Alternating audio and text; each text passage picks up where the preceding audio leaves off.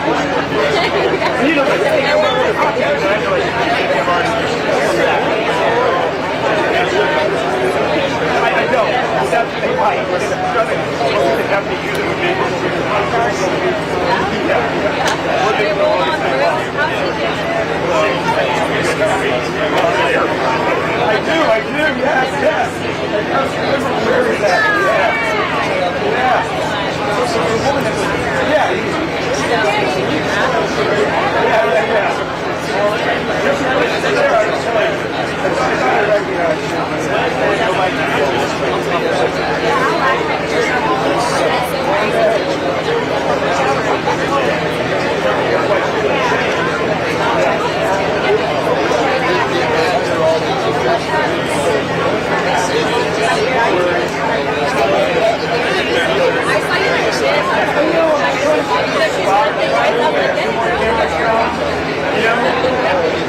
Then I get boxed out.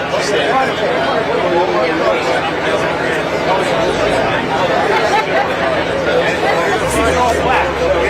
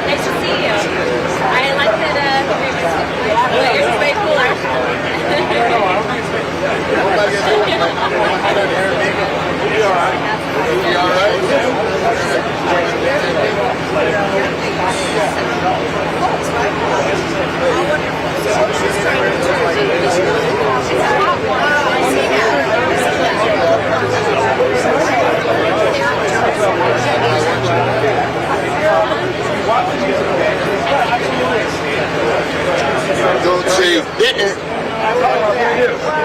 You did. not good? Oh, great! Yes, but I owe you one. Like a good or a bad. You don't know me of all your years of service. So, thank you so much, sincerely. Yeah, thank you for your time. Thank you so much. Thank you. We're in a disaster mode. Jeremiah, I saw that signal.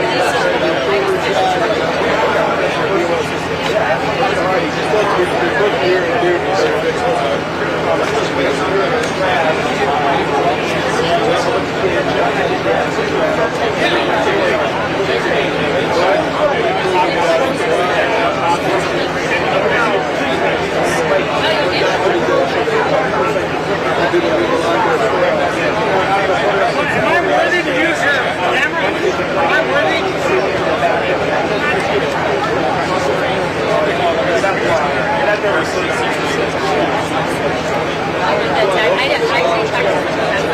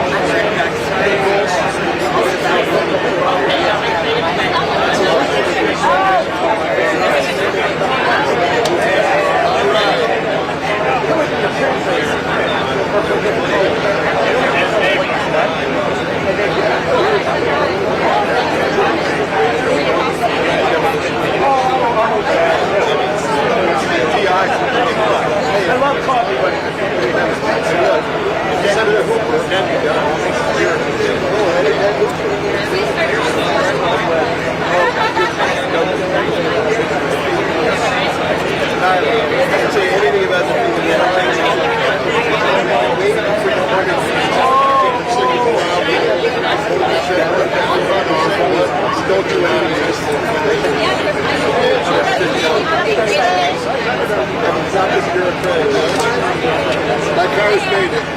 How are you?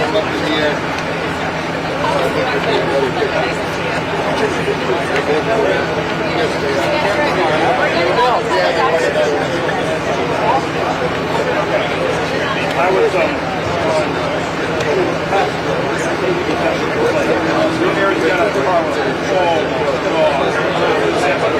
sir, I'm not here, sir. You don't see me. I'm not here.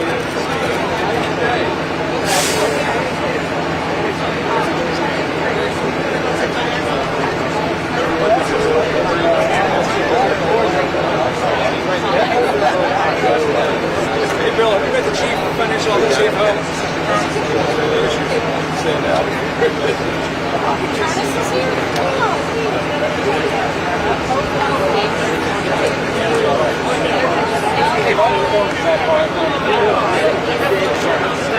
I think anyone that was focused on or on the fence, that was kind of the and like just looking at it from a unbiased perspective here, I think all states really line up the team and he should have just been like, I messed up, and like all the end of the passing. But the fact that he did it is like now people don't trust you. And then the other thing about when he made the mistake on saying I made friends with recruiters, he should have immediately corrected him. He should have like, those were the two best opportunities. And also he is like a story he talked on a percentage.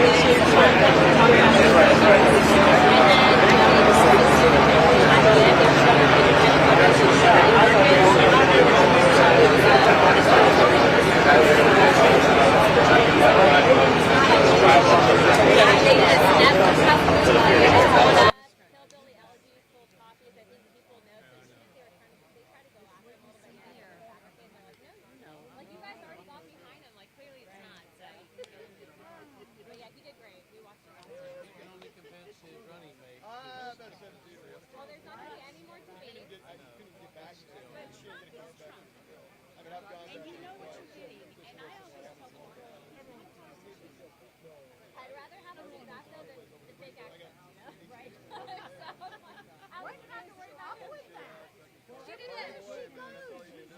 She did a Hispanic like heritage thing, and I'm like, what accent is that? I was like, first of all, we're not monolithic, but also you don't even sound it.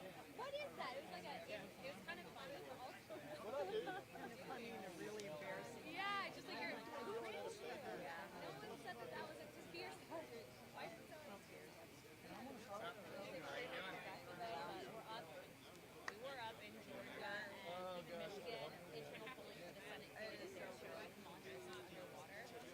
But our internal polling showed us ahead, but I think also largely because of response to some of these impact areas. Pennsylvania, Tennessee, North Carolina, Georgia.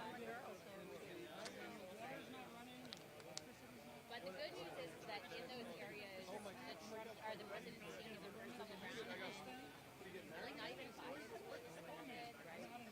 Do you think the strike It's going to push people into our corner. Yeah, so you have the union workers that are going to be pissed off because Kamala's going to put pressure on Biden to get it resolved. But either way, it's bad for them because it's not going to get resolved anytime soon.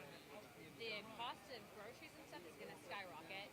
The unions, yeah, if you could get up, the unions are basically telling them, like, don't even think about it. And they needed the unions in some of those more blue areas. So, I don't, like, especially like Philadelphia and stuff. this could really help us? Yeah, unfortunately, right? Like it's like worst case, but I think that that's going to be one of those things that they know not to respond to it. But that's the thing, they can't. They're not responding on Israel. Israel just got hit.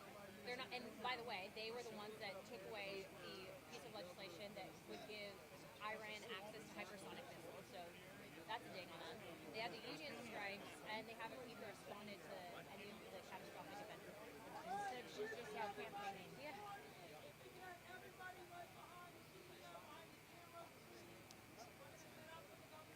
Okay. Does that mean us too? Yeah, Mike. Shade tree opportunity. There isn't. How you doing? Here we are.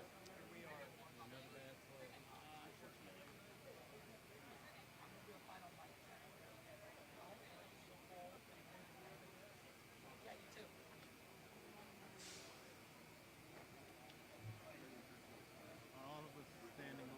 Sherry will grab you guys in about 2 minutes.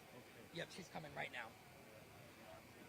Okay, media, mic check, 1, 2. Mic check, 1, 2.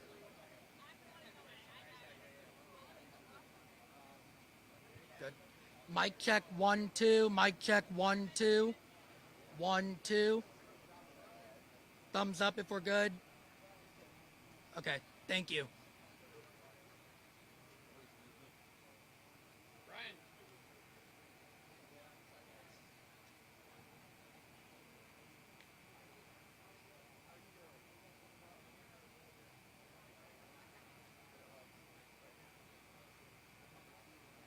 Okay, I need all my data. If you guys can come with me. If Jack can stay here, please. Stay rest. Come with me. Yes, yes, yes, yes. Yes, towards him. Yes.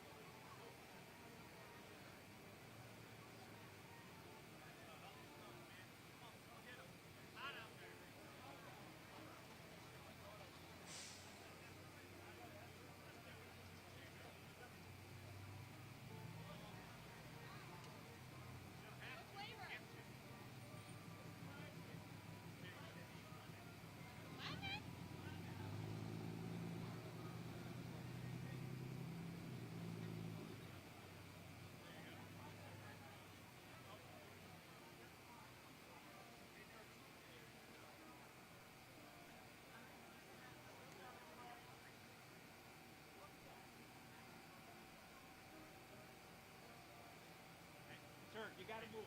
I need you. Okay, they told me right here. Oh yeah, absolutely. They just told me to pull up right here.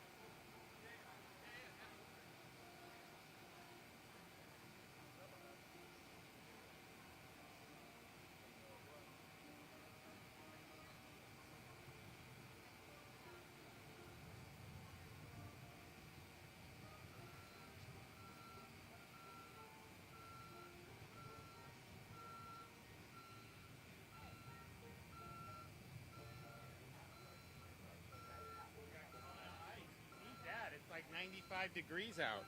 Love you, Ron. Hey, how are you? 3 feet in length. 3 feet. Yeah, so I would leave. Actually, I'm happy that everything was 3 feet this way. 3 feet this way. Everybody, we get scoot. Yeah, we need to move. All right, well, good, I guess, afternoon now from Madeira Beach. I'm joined here by Secretary Alex Kelly from Florida Commerce, General Haas, Florida National Guard. We've got Senators Rouson, DeSigli, and Hooper, Representative Steele, Burfield, Jacques, Cheney, Anderson, Holcomb, Gonzalez, Pittman as well. And then where's Petronas? Is he here? Okay, Petronas is here as well for the state CFO. We so as of right now, all Pinellas County, anyone that can receive power has power restored. I know they had hundreds of thousands of outages just in here alone. If you don't have power, it's because there's something with the receipt at that point. So there's 100% of the accounts are going. Totally in the state, we've had 2.38 million restorations since the storm hit, and they're down to 20,000 that are out in the entire state. Most of that is the electrical co-ops in the Big Bend region. Some of that is just because they had to do total rebuilds of some of the electric infrastructure. But bottom line is we had a Category 4 hurricane. The vast majority of people that had outages had them back within 24 to 48 hours, and then even hard-hit areas had it in less than a week. So I want to thank everybody who was involved in that. Obviously, we pre-staged this. We believe time is of the essence to get people back on their feet. But we've had a lot of support in that vision from our utilities, not just the private ones like Duke and FPL and TECO, but also the municipals and the co-ops. They accepted a lot of mutual aid that was brought into Florida. So thank you for doing that. That's making a big difference. We've been able to make repairs to, we didn't have a lot of damage of infrastructure in terms of bridges and roads, relatively speaking, for a storm this magnitude. But, you know, we were down in Bradenton Beach, Anna Maria Island, Longboat Key area, and you had Gulf Drive there that had damage, had massive amounts of sand, and that was going to be potentially weeks-long effort. We did an emergency repairs and opened it up within 48 hours. So that is open for that entire stretch. And you had 5 feet of sand in some parts of that road, which was really, really difficult. So all 16 miles were cleared at the beginning of the week. And I want to thank everybody at FDOT who was able to do that. You know, here in Pinellas County, Gulf Boulevard, Florida Department of Transportation, they've removed 50,000 cubic yards of sand. You see all this sand that gets brought in with the storm surge. You still have some piles I see that's been put on the side. A lot of that's been hauled off. They're going to store that, and then if the community's wanted for beach renourishment, you can bring the sand in and do beach renourishment for your dunes. But bottom line is that brought a lot, and so they did a really good job to be able to help with that. I'd also just say, you know, I was in Pinellas County, you know, after the storm, but then just driving around again, and we went to a bunch of different spots just to see. People are out working, and not just like crews that are working for government or contractors. You got people out there fixing up their homes, getting the garbage out, getting the debris. The business folks are out. And, you know, this was a lot of damage here, but I'll tell you, people are making progress. And you can see that just from where we were a few days ago till we are now. And that is not necessarily the usual way these things go. Sometimes it just sets in. There's a lot of demoralization and things aren't getting done. There's people out and about here. That's one of the reasons why it's important when you have a storm and people evacuate that they're allowed to get back to their businesses and property and homes as soon as possible because they're out there doing the work. So I was really impressed with what I've seen in terms of the progress. Really, really positive. Now, Pinellas County, we in the state of Florida have provided, based on requests, just here in the county, 326.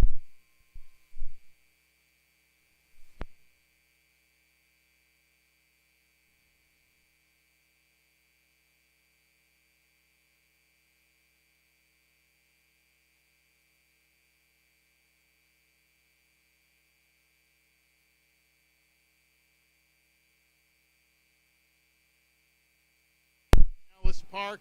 They make barbecue. They serve it for lunch. We've been up in the Big Bend with them. Great organization. They're doing a great job. Laundry services facility in Reddington Beach. 5 generators for lift stations and water treatment facilities in St. Pete.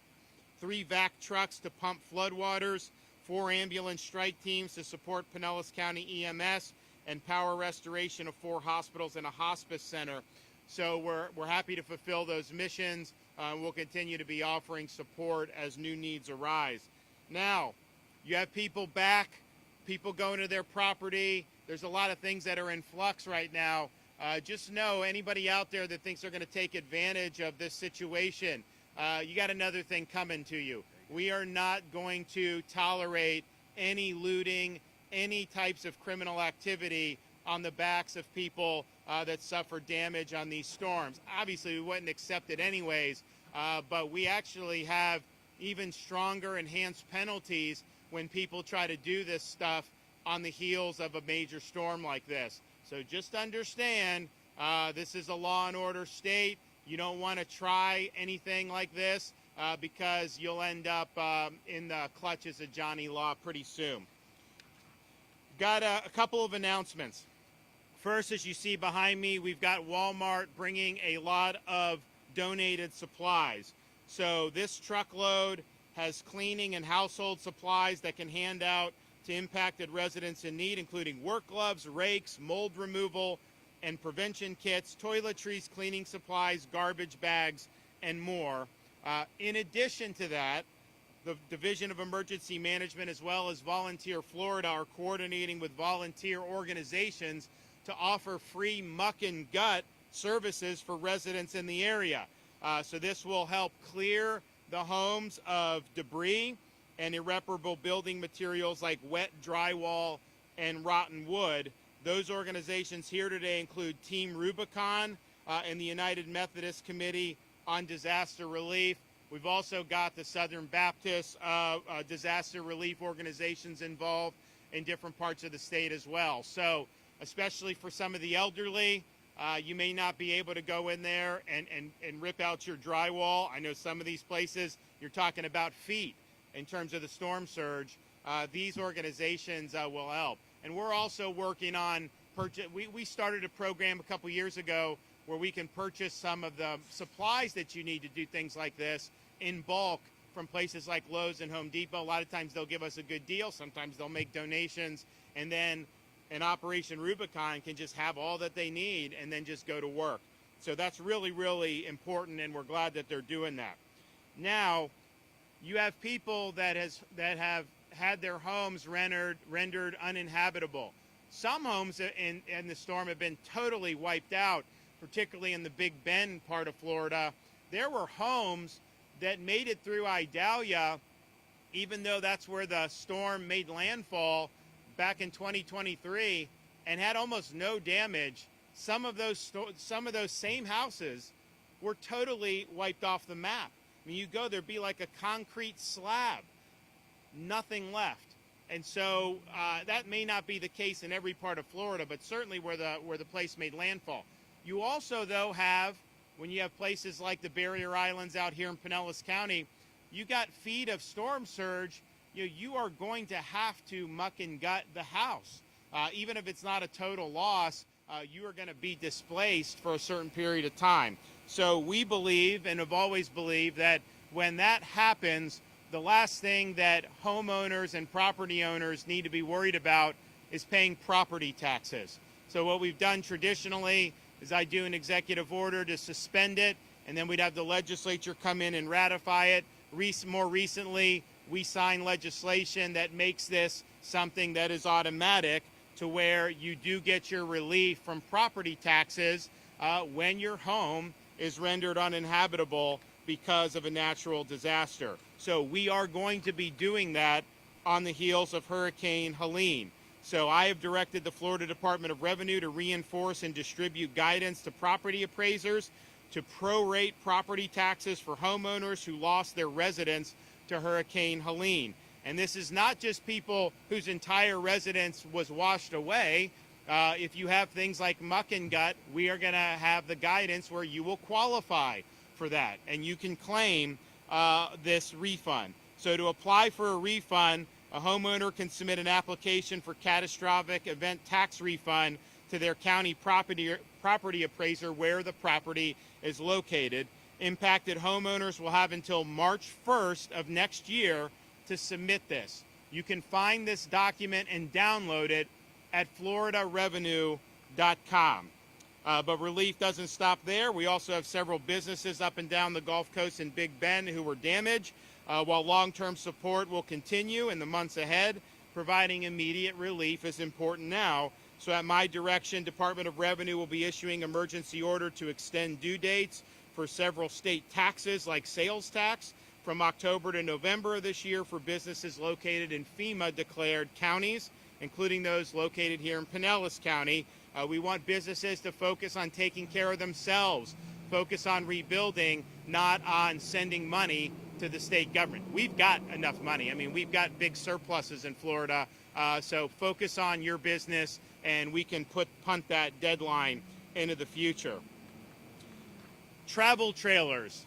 If you want a travel trailer, and there are some restrictions about where you can put it. I mean, we strive to have people be able to put it right on their property. That may not be allowed in every instance because of things beyond our control.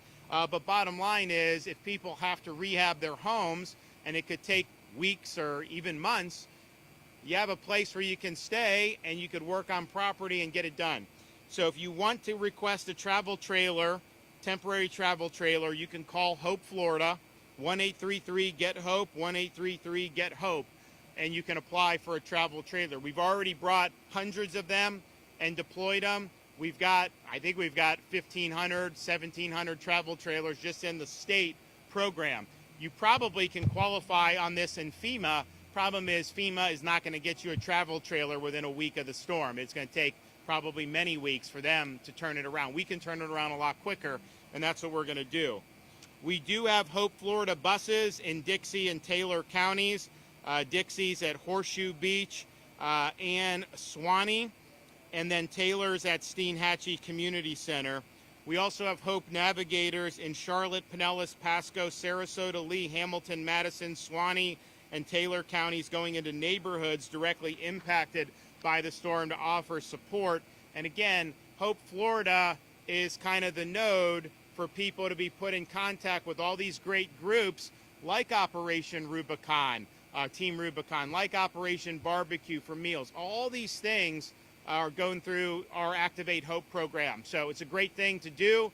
Get on there, let them know your needs, and I guarantee you somebody out there in the volunteer space wants to be helpful.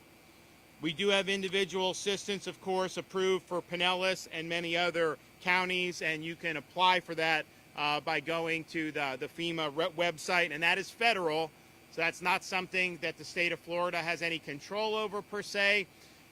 We want them to be very quick on everything they're doing, but obviously I think if you look at how this response went, this was the prep and the immediate response, this was overwhelmingly state and local. And that's how we view it. We don't want to be waiting on the feds. We want to be able to lean in. Now, on individual assistance, when those get turned around, hopefully they do it very quickly, because I think that, sometimes you'll have programs and there'll be resources, but the bureaucracy can just grind it to almost a halt. And by the time people get whatever they're entitled to under the law, it's lost its effectiveness. What you can get in your pocket now is really going to make the most difference. Now, Florida Commerce has activated our Florida Small Business Loan Program. $15 million is available. It's a $50,000 up to zero interest loan, and there's not even a set repayment plan, so it's going to be very flexible. Not going to be very many deals you get that are probably better than that. So I'd urge you to do it if you need it. Even sole proprietors can do the $50,000 program. So if you want to apply, go to floridajobs.org /EBL, floridajobs.org /EBL. So far, Commerce has approved 55 emergency bridge loan applications, up to, which is a amount about $2.2 million. So we got a lot more to distribute, but they're turning those around very, very quickly. If you want to give to a charitable fund, we have the Florida Disaster Fund that has been activated. It's a tax-deductible contribution, floridadisasterfund.org. That will then use money to be able to assist as the needs arise. So, for example, we're using some of the Florida Disaster Fund to help some of the school teachers in the Big Bend. We did it with Ian. We did cops. We did all kinds of things. So whatever comes down the pike, Florida Disaster Fund can donate to an organization that's going to make a difference for people that need help. I think, as most people know, we had a very a quick response to the storm in terms of rescue operations. All the assets locally and at the state were deployed for that. There were thousands of successful missions that were discharged, but fortunately, a day into the storm, a little bit, maybe 48 hours, we just did not have requests for any active rescue situations. And so whether it's Chinook helicopters, whether it's some of our riverine teams at Florida Fish and Wildlife, those were basically sitting idle. You look up north to North Carolina and the mountains in the western part of the state, a place that has a lot of Floridians that go to over the summer. We have sent that under Operation Blue Ridge to help stabilize and rescue operations in the Blue Ridge Mountains. And so far, we've had rescues of a mother with a young baby. They've dropped supplies in different communities that have been cut off. We have FDOT deploying a team up there with 7,500 feet of temporary bridges. We have Florida Fish and Wildlife. Yesterday, our folks made contact with a community of 100 families that were stranded without access to food or water. Team airlifted in rations, clean water, and fuel. And they've done tens of thousands of pounds of food that they've dropped in to different parts in western North Carolina. So I want to thank everybody who's done that. That is a very difficult situation because when you're cut off, it's harder to get the relief in. And people, they can go a few days, but after you get beyond that, things can get very, very dicey. So I appreciate Florida stepping up. They've already made a difference, and they'll continue to do so as long as there's a demand for that. Okay, we're going to hear from Alex Kelly, Florida Commerce, and then Jimmy Petronas has an announcement. Well, Governor, thank you so much, and thank you for this opportunity.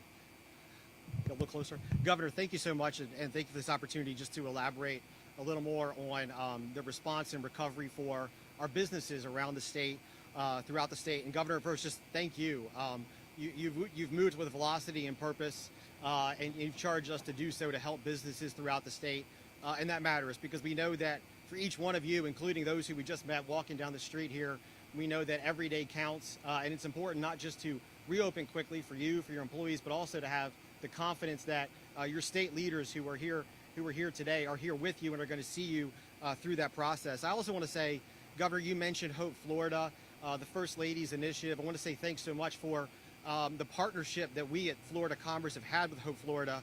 We so oftentimes co-locate our resources in different parts of the state because Floridians who have potentially, after a storm, a complicated variety of needs, oftentimes those Floridians also have concerns about either their job that they can't go back to temporarily, maybe permanently, or they're concerned about their business. And so we've had a great partnership in that regard. Governor, you mentioned the emergency bridge loan program. I can say this because we did the research. The state of Florida has never mobilized its emergency bridge loan program for small businesses as quickly as we have for Hurricane Helene. So this is without a doubt the fastest deployment of really working capital that small businesses need, whether you need to pay your employees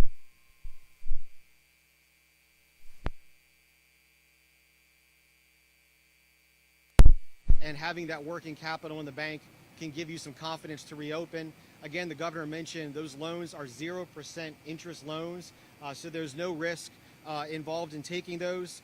And our team is working till midnight each night to process those applications. Again, the governor mentioned 55 approved already, about 300 in hand as of when we were traveling over here. So we're moving quickly with those. And I can say, too, 10 of those 55 loans are actually here to businesses in Pinellas County. So without a doubt, Pinellas County has been the greatest participant in that loan program. It's not surprising, too, because we also launched a business damage assessment survey, and we've had nearly 1,600 responses from impacted areas throughout the state. That business damage assessment survey gives us a lot of important information. First, to connect with those businesses, let them know the variety of services that we have, the state has, our partners have that might help them reopen with confidence. But likewise, that business damage assessment survey is used to determine the places that we need to be quickly, not just Florida Commerce, but all agencies working with the governor, working with everybody here to determine really where those hot spots of need and priority need are. Pinellas County businesses actually represent well more than 20% of those responses. Pinellas County is the leading county to respond. Businesses here have given us more feedback than any other county in the state. Your neighbors in Hillsborough are second, and really this region, Manatee, Sarasota, Pasco, we're hearing a lot from businesses here, and it's incredibly helpful. You can take that business damage assessment survey at floridadisaster.biz. Again, floridadisaster.biz. Biz, B-I-Z. Almost everything I'm saying today is available at floridadisaster.biz. We've been doing, Florida Commerce, we've been doing door-to-door business canvassing in a number of counties across the state, including in a number of rural and remote communities, to really, if a company can't or couldn't maybe get online right away or couldn't get to their phones right away, we've been going door to door in a number of those counties. And we've been doing so oftentimes, as I mentioned earlier, in partnership with Hope Florida, really ourselves and DCF, giving feedback as we encounter residents, business owners who have varying types of needs, and then deploying to different communities all throughout the state. And we'll continue to do so. So as you, as a community here, as you have feedback, if you go to floridadisaster.biz, our phone number's there, our email address is there. Maybe you're okay, but you know your neighboring business is in peril and needs help. Any bit of information is incredibly helpful, and we take action quickly and deploy a team to canvass those neighborhoods, talk to those business owners, and find out, what kind of support is needed. We've also, frankly, been on the phones. We've been doing it the old-fashioned way too, calling those communities where maybe there aren't as many of your sort of larger big box chains, but there's more smaller businesses, and we've been on the phone with close to about 2,500 businesses now throughout the impacted areas, finding out A, if they're open, and B, what kind of help they need, and really using that to assess the kind of support they need. In so many communities it gets overlooked, particularly a lot of rural communities out kind of away from here, but in rural parts of the state, that Dollar Tree, that Ace Hardware, that Busy Bee location, that might be the lifeblood of the community. And so reaching out to those businesses is critical to assess what kind of services are needed. We also launched, we launched a surge of business and employee related supports starting yesterday in 3 counties, and today in 3 more counties. And over the course of a 9-day period in 17 counties throughout the state, including Pinellas, we launched a surge of support in partnership with our career source boards from around the state and also the state Small Business Development Center network to really collectively as a group surge in communities and cluster and provide that opportunity for businesses that need any kind of advice or guidance on reopening, the financial support that the governor mentioned, or the employees themselves who maybe have a former employer who they can't go back to work for, and they need a new place to work. They need to fill out a job application. Maybe they need some new job training. So we, Career Source, the State Small Business Development Center Network, yesterday in Franklin, Wakulla, and Jefferson counties, all co-located. We're going to be there in each of those counties for 3 days. Today, we opened up in Lee, Sarasota, and Charlotte counties. And this weekend, we're going to be here in Pinellas. We're going to be here Saturday and Sunday conveniently, all day long. We're going to be at the Career Source in Clearwater. So we're going to be at 2312 Gulf to Bay Boulevard in Clearwater at the Career Source location. Again, ourselves, Florida Commerce, Career Source, and the State Small Business Development Center Network. So if someone's looking to, and someone really needs to have a sit down and a conversation about their business, the kind of supports they need, our experts, our subject matter experts are going to be there all day long to support those kind of needs. And again, for many of you who maybe have employees who are looking for answers too, we'll be there for them as well. Again, all this information that I'm saying is on our website at floridadisaster.biz. And to that end, if you go to floridadisaster.biz, beyond the business damage assessment survey, again, there's also a link there to the emergency bridge loan program.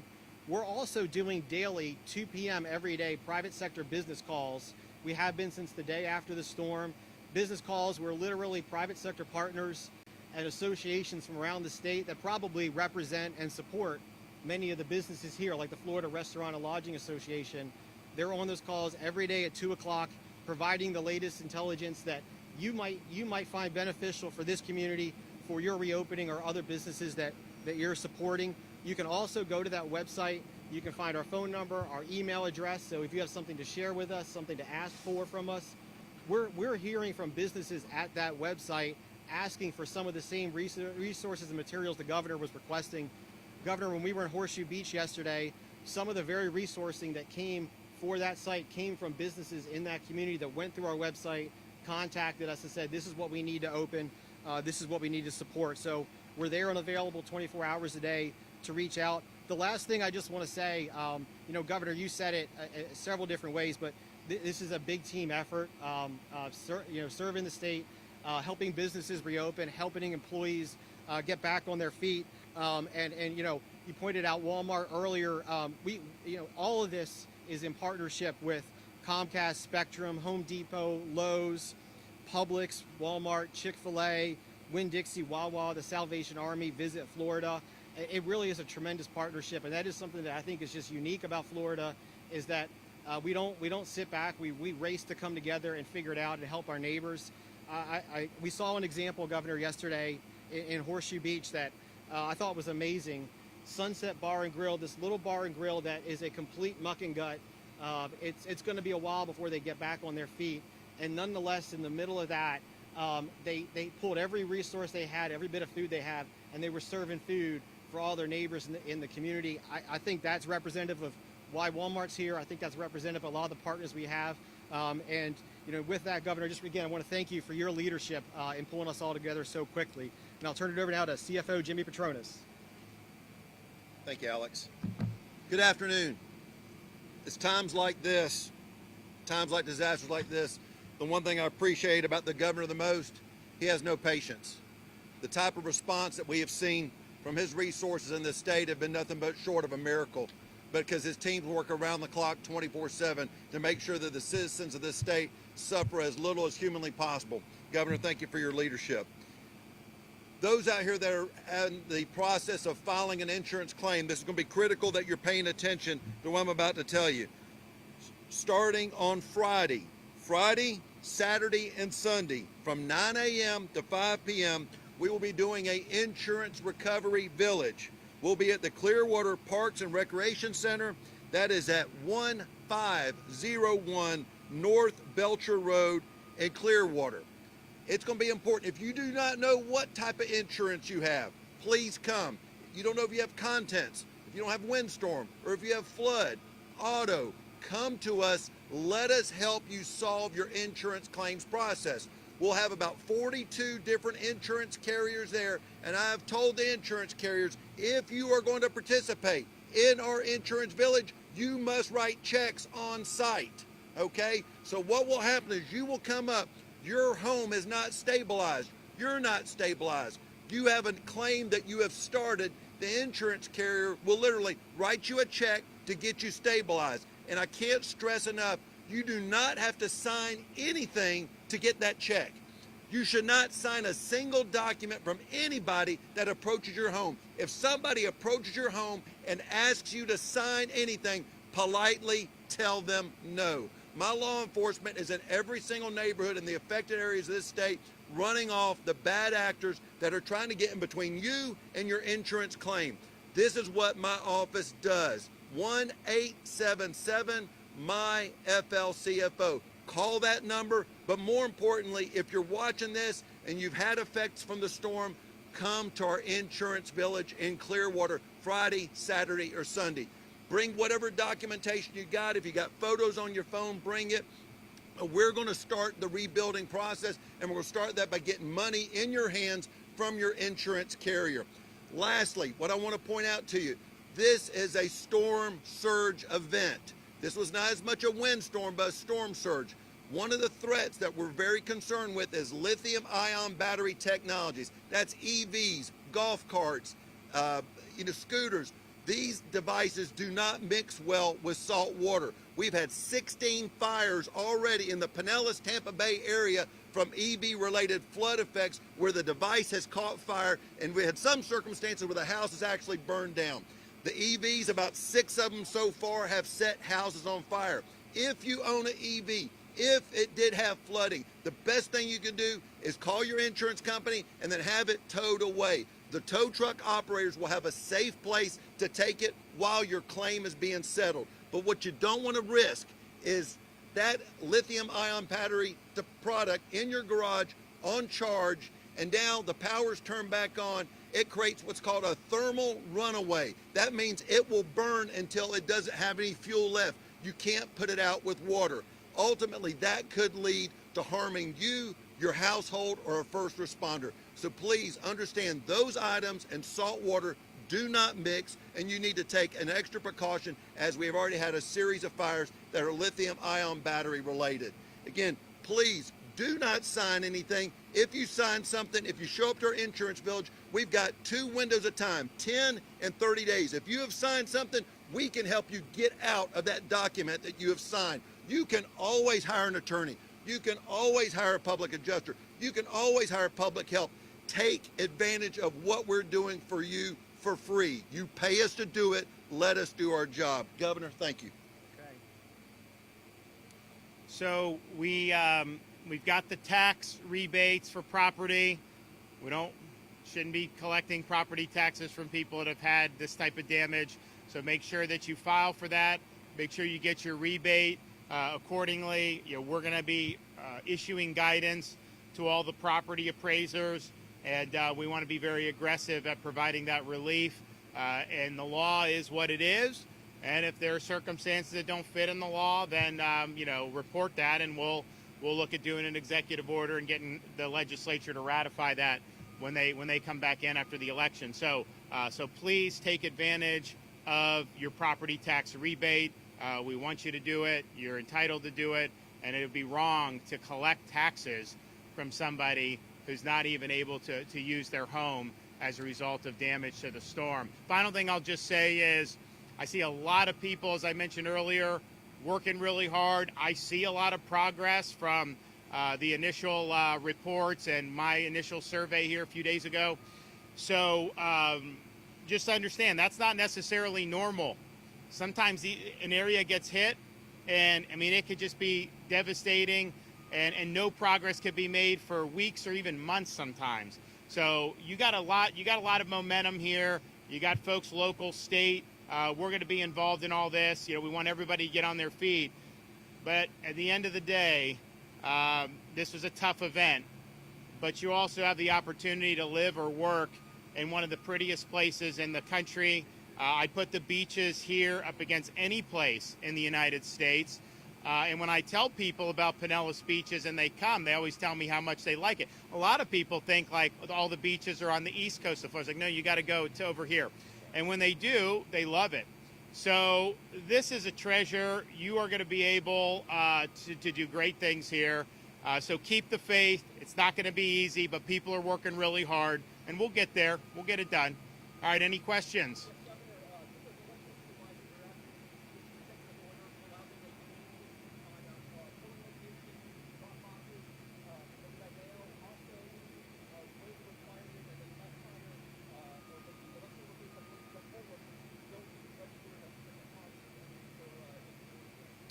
So we'll look at all the different requests. When Ian hit in 2022, that was at the end of September. We had an election coming up in November, and we were able to make some accommodations. And so I think we will be doing something. The question is what? And I got to look, I got to vet it, but we're going to basically continue to be consistent with what we've done in past practice. And so I haven't looked at the specific request. I know Cord Bird will look and give me a recommendation. So you very well may see something done relatively soon if there is something that needs to be done. And I know some people think there are. So we're reviewing it.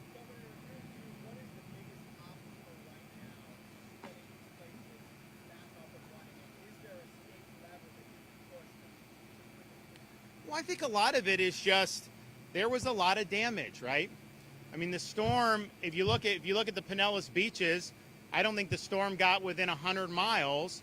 And so, as Jimmy said, it wasn't as much of a wind event as a water event. But then you look at where it made landfall as a Category 4, and I talked about some of the homes being totally obliterated, but there's like a 40, 50-mile stretch there where there's not that many homes relative. Here, you've got a lot of property. So there's just a lot of damage that was done. And when you're talking about rehabbing homes, muck and gut, that is something that just takes some time. So that's why we've got Team Rubicon. There they are right there. That's why we're bringing in supplies and buying supplies so that people are able to do this as quick as possible. But I do think that because it's a more populated area, there's a limited number of people. If you need to hire someone, there's a limited number of people that can do that. And so we just want to make sure people are able to get this done as quickly as possible. One of the things I'm concerned about is potentially these ports getting hung up. I think it's totally unacceptable to try to intentionally deprive people of the supplies they need to be able to rebuild their homes when they've been displaced at a natural disaster. we should be doing all we can. The federal government should be doing all they can to make sure all the supplies continue to come in here unabated. And there is the prospect of things that are critical for the rehabbing and recovery of here and other parts of Florida that may get hung up in some of this work stoppage. So now is not the time. You already have people that are reeling. You have people that are on their backs. Let's do everything we can to accelerate the relief. Make sure that they have the equipment. Make sure they have the supplies that they need to be able to rehab their properties and rebuild their homes. We are looking at, if there's anything as in terms of the Florida ports and my responsibility and authority as governor to facilitate. I'm not sure that there is, quite frankly. I mean, because some of these things are contracts and you've got different stuff with feds. So we'll see. But anything I can do, I'm going to do to make sure that the supplies continue going. But that is a big concern. I mean, just think about it. This is tough anyways because you got a lot of different property that needs attention. But if all of a sudden this stuff starts getting backed up and it starts getting delayed days, weeks, or even more, you know, that's going to be intolerable. So we have an emergency situation in our country, not just in Florida, but in Georgia, North Carolina, and Tennessee in particular. So we should be doing all we can as Americans to make sure that the supplies are continuing to be delivered to our ports and delivered to where they need to be so that they can get put into practice. So I'm committed to pulling whatever levers I can to make sure that that happens. But I think it would be really, really bad luck for the Biden-Harris administration to allow supplies to just be sitting in the Atlantic Ocean, just on ships that are just idling, when you have people, not just here in Pinellas County, but up our entire Gulf Coast and Big Bend, who need it. So it is a concern. It's not something that will be good if they allow this to happen, and I'll do whatever I can to avert it.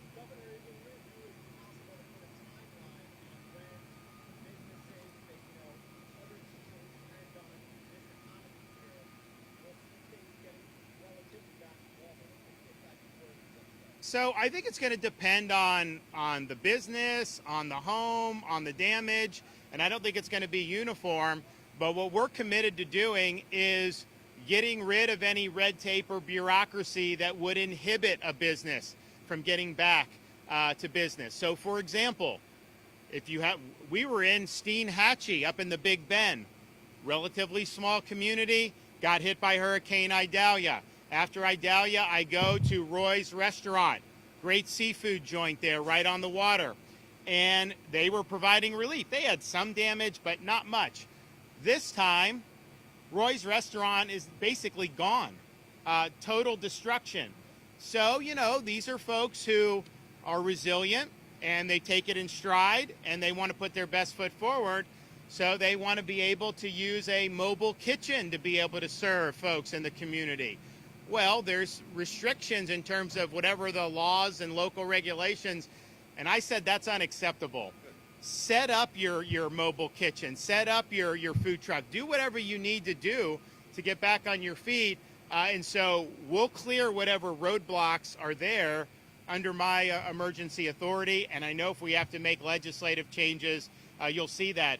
But those are the types of things we want to do. So that will be, so they're going to get a food truck at Roy's. They're going to be cranking there. I mean, that's not 100% back because I got to rebuild the restaurant, but they're going to be able to generate revenue. It's going to be important for the community to have a landmark that's operating. So there's a whole bunch of different ways to kind of approach this. It may be incremental in some places, but I think the important thing is we've worked really hard to have a very quick response. Your local folks worked, the state agencies, and so you're in a position to be able to get this done sooner than in many other parts of the country you would have been. And so we're just going to keep pressing forward. Yes, sir.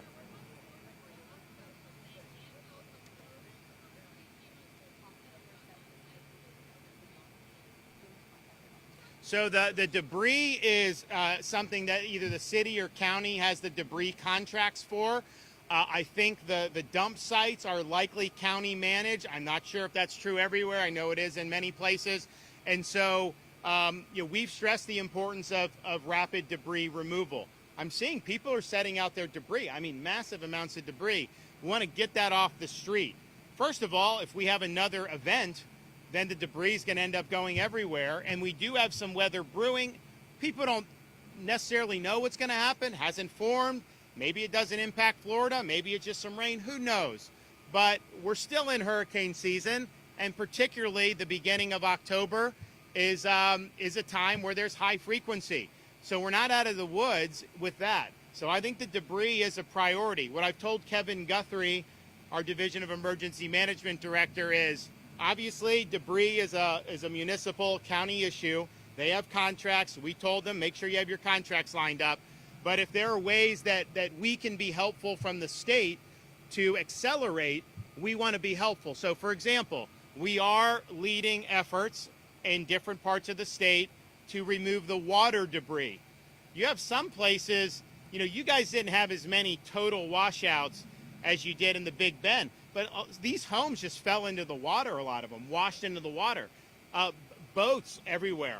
So, that debris needs to be cleaned up, and the water debris is very challenging. So we're doing that. We're putting resources on for that, but the debris removal is something that's reimbursable.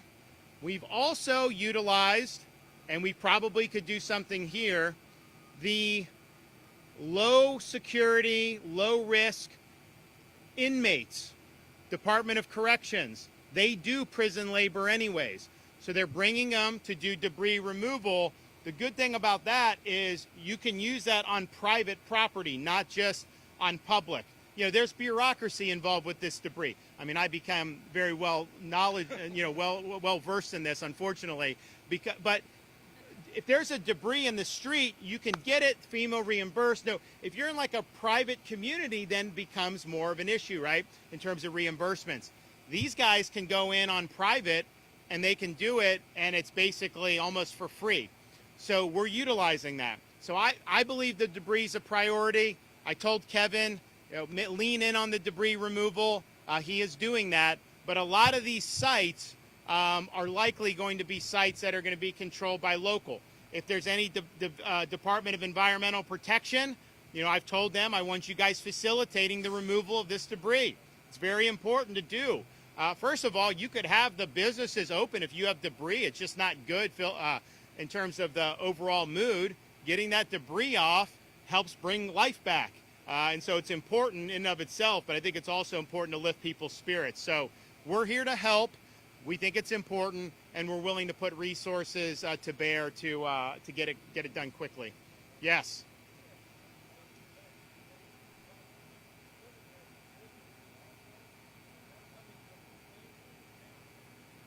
So it's the state is mandating that the county do it. We have statutory authority that we've done. We used to do executive orders to suspend it, and then the legislature would come in and pass a special bill to basically rebate it. But then we did, I think a year or two ago, we just did permanent now. You are entitled to get the property tax relief when you have a major event like this. It is, when it will be, yeah, I think it will be. Yeah, it will be. So if you file by March 1st, it will be reflective. You will get a rebate based on this year's tax bill. So it's good. Okay, thanks everybody. Appreciate all the hard work.